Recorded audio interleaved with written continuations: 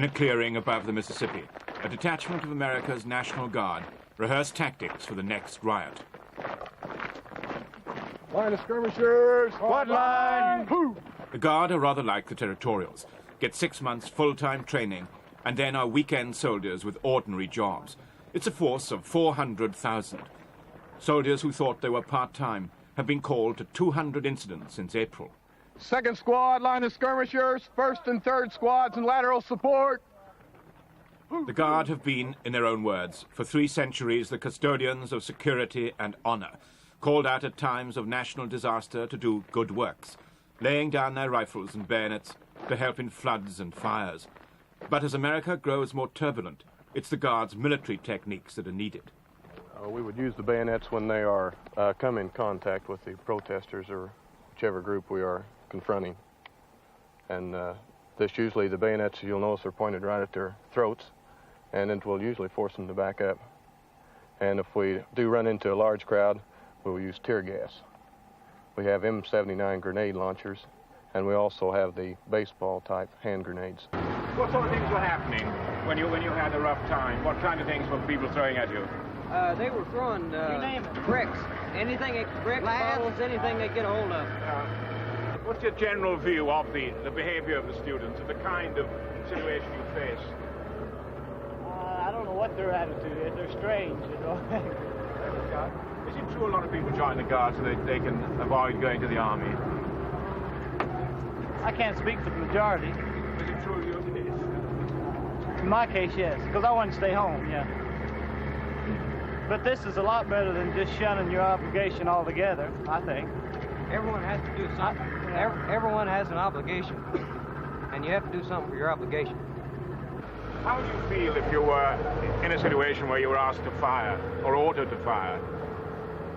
If it was called for, it'd be all right. If they were actually where it was between us and them, I can understand it. Self-preservation, yeah, I can understand it. But as far as shooting them without any just cause, no. I don't think I would do it. I don't think anybody on this truck would, or anybody in our company, unless we was actually provoked into doing it. Well, if somebody was firing at you? Right. Where it was either us or them, yeah.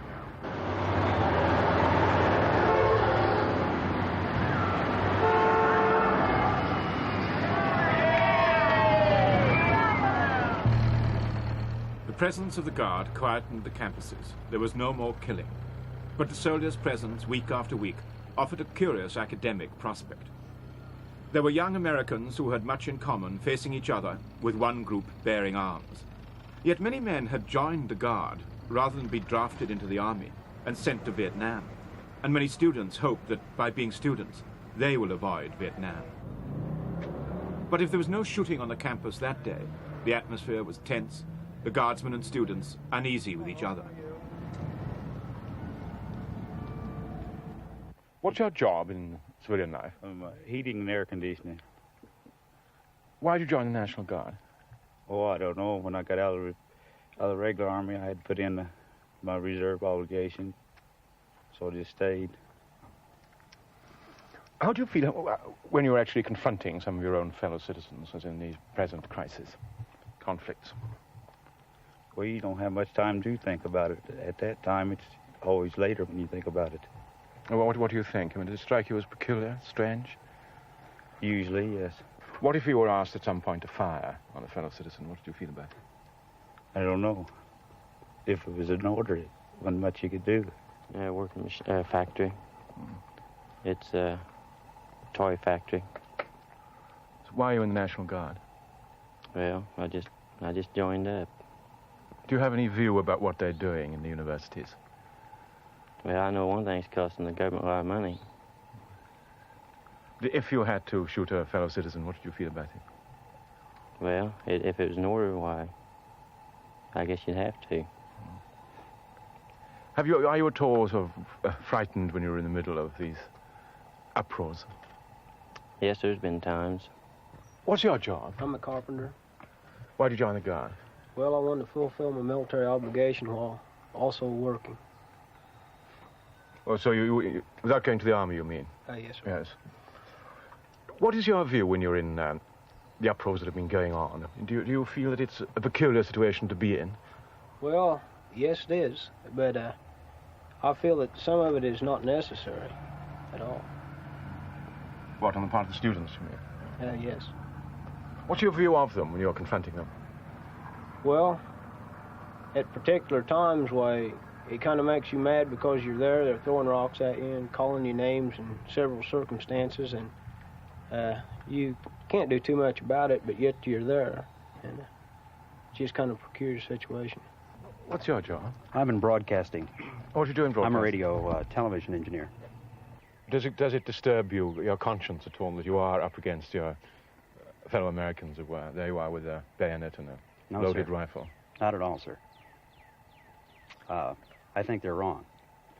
You think that the students are wrong? Yes, sir. Why did you join the National Guard? I joined it so I could fulfill my military obligation while going to school, going to college. And I think it's a good way to do it. Mm-hmm. So you won't have to go to the Army?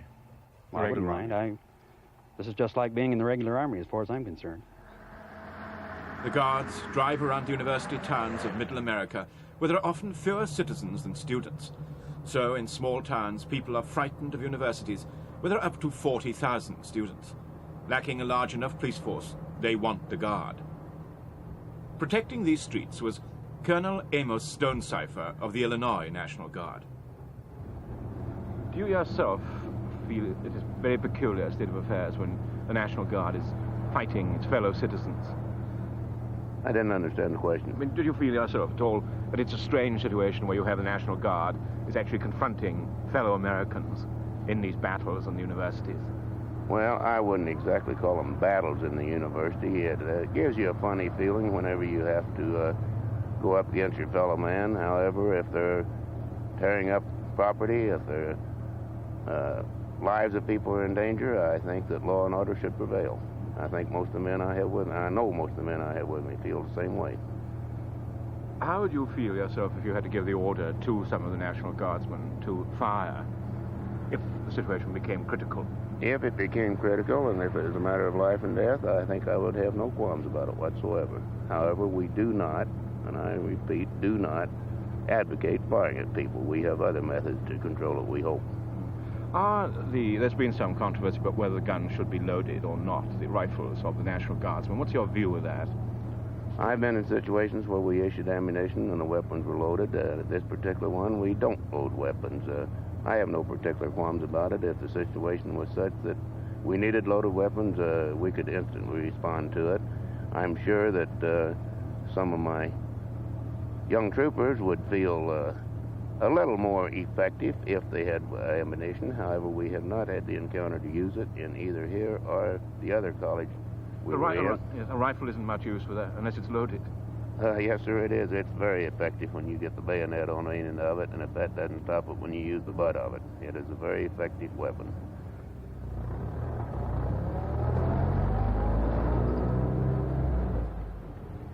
The decision both to call in the Guard and to send them home is in the hands of these small-town politicians.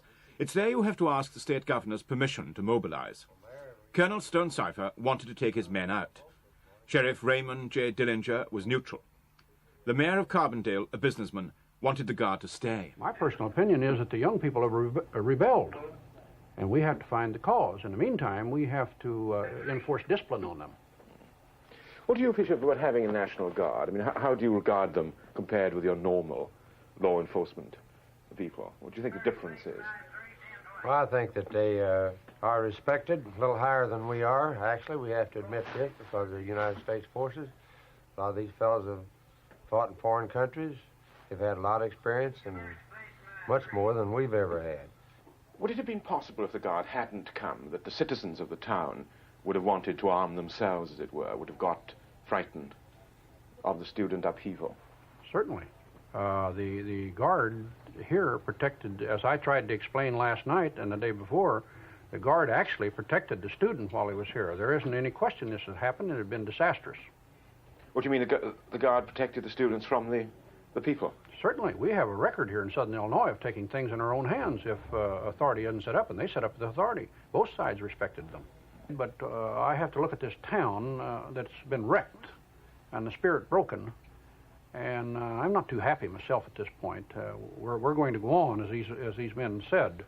But there is a problem here, and it's a serious crisis, and we all realize that it's in our country.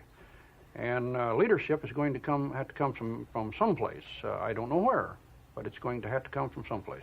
Well, in the meantime, you think there might be a recurring series of outbursts which will require the National Guard? I mean, you don't sound very hopeful. I believe we've only begun, and I don't have the ability to see in the future. The mere fact that we have a show of force, we have people, we have bodies, we are a military trained organization, and this, the show of force instills a certain amount of fear to those young radicals who are running the streets. It's not that we're better trained or anything, but it's the fact that we are a military organization. We have people, we have large numbers of people, and show of force has done wonders. Comrades, attention, comrades. You join me in the Pledge of Allegiance to the flag. One, I pledge allegiance to the flag of the United States of America, to the republic for which it stands, one nation, under God, indivisible, with liberty and justice for all. Two, as you were. A loyal meeting of Midwest veterans, ex-soldiers, mostly ex-guardsmen. Riots on the campuses and in the ghettos and the shootings at Kent State have divided America. The comrades, as they call each other, were united in their support of the National Guard. Theirs is the dominant voice of Middle America. Could I say something? You know, I may not have this exactly correct. We're not new in this world. Diogenes, a philosopher from 353 BC, stated that the welfare, I believe that's a correct word for the welfare of any nation, depends upon the education of her children. And that's what we've been trying to do with our children here in this country. And the only reason that there are being disruptions now, I am firmly convinced, like Mr. Young here, Comrade Young, that it is communist inspired. The manifesto that was taken after World War I from the Russian armies stated in there that the way to tear this up was to get at the children. First, we've destroyed their faith in the country, destroy their faith in the parents, flagrantly throw sex out. Everything goes, in other words, and that's what you've got now. You've got the dope, you've got the pot, you call it what you will. You've got these heterogeneous groups running around wildly on the campus, and they are definitely backed by communism. It was so stated in today's paper. There was an editorial on that. That they will destroy this thing, but they give you nothing to replace it.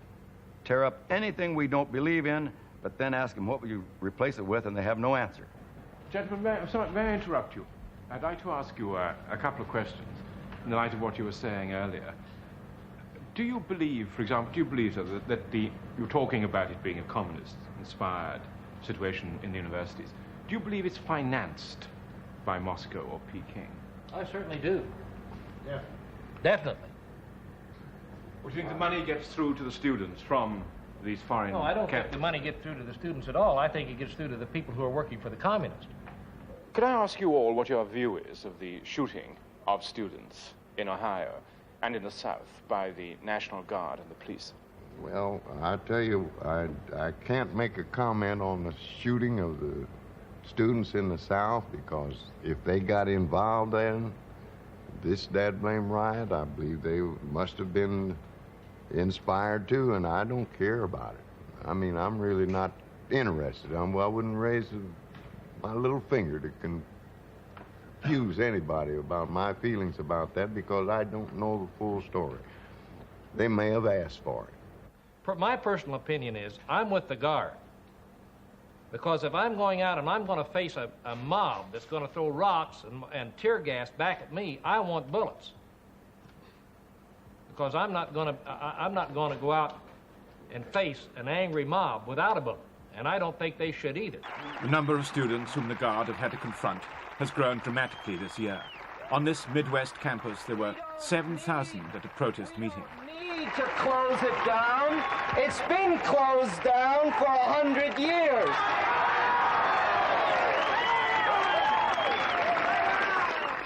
If the Guard are the custodians of traditional values, these students are equally determined on change, both in the university and in society.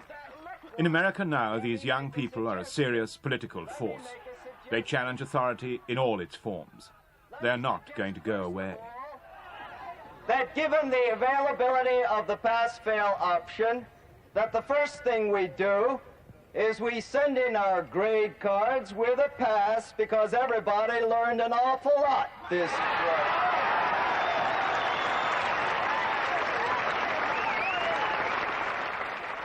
But the very people who support the Guard are the parents of these children.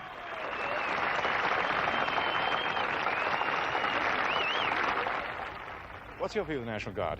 The National Guard, in my opinion, is an overreaction on the part of the state administrators. It's a rather frightening thing to me. It reminds me of military duty I had in West Germany and in Berlin, as a matter of fact, with the checkpoints and the whole thing.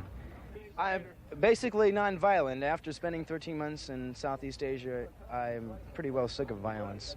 But this infuriates me to see the lookings on of what seems to be coming to be a police state in this country. It really frightens me. Well, it's been what I've seen so far is what's annoyed me the most, I think, is for a girl especially to walk by the National Guard.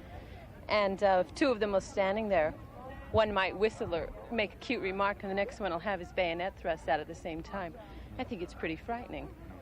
Students see the bayonets, and they see the guns, and they see them loading the guns, and we're hassled with it every day. We can't avoid it. I think whenever they're here, there's going to be more of a chance for violence. There's going to be more disruptions, etc. They're just a focal point for it. Well, because the Guard are here, there's going to be more violence. Yeah, especially in Ohio when they have loaded guns. There's every chance in the world the students are going to get killed, as one can say. Heretofore, young people, particularly middle-class Americans, who've gone to college, have never really been threatened by police like black people have. They've never been threatened by the use of military force upon them like black people have in our ghettos. Now that the National Guard has been called onto campuses across the country, they begin to understand and see the guns and understand that that is a form of oppression and a potential violence. It's really there. And that then they begin to understand what Germany might have been like in the 30s. And I'm fearful that people will not understand that, it's not a matter of being for or against violence, but it's a matter of understanding that if you don't really understand the use of violence and how terrible it is, we won't stop the war in Vietnam, because that's violence too. The fact that the National Guardsmen, for the first time, are confronting large numbers of white, middle-class students has created an unprecedented problem of morale.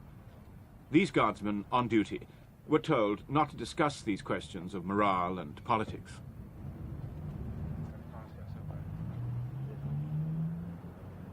Everyone has to show up.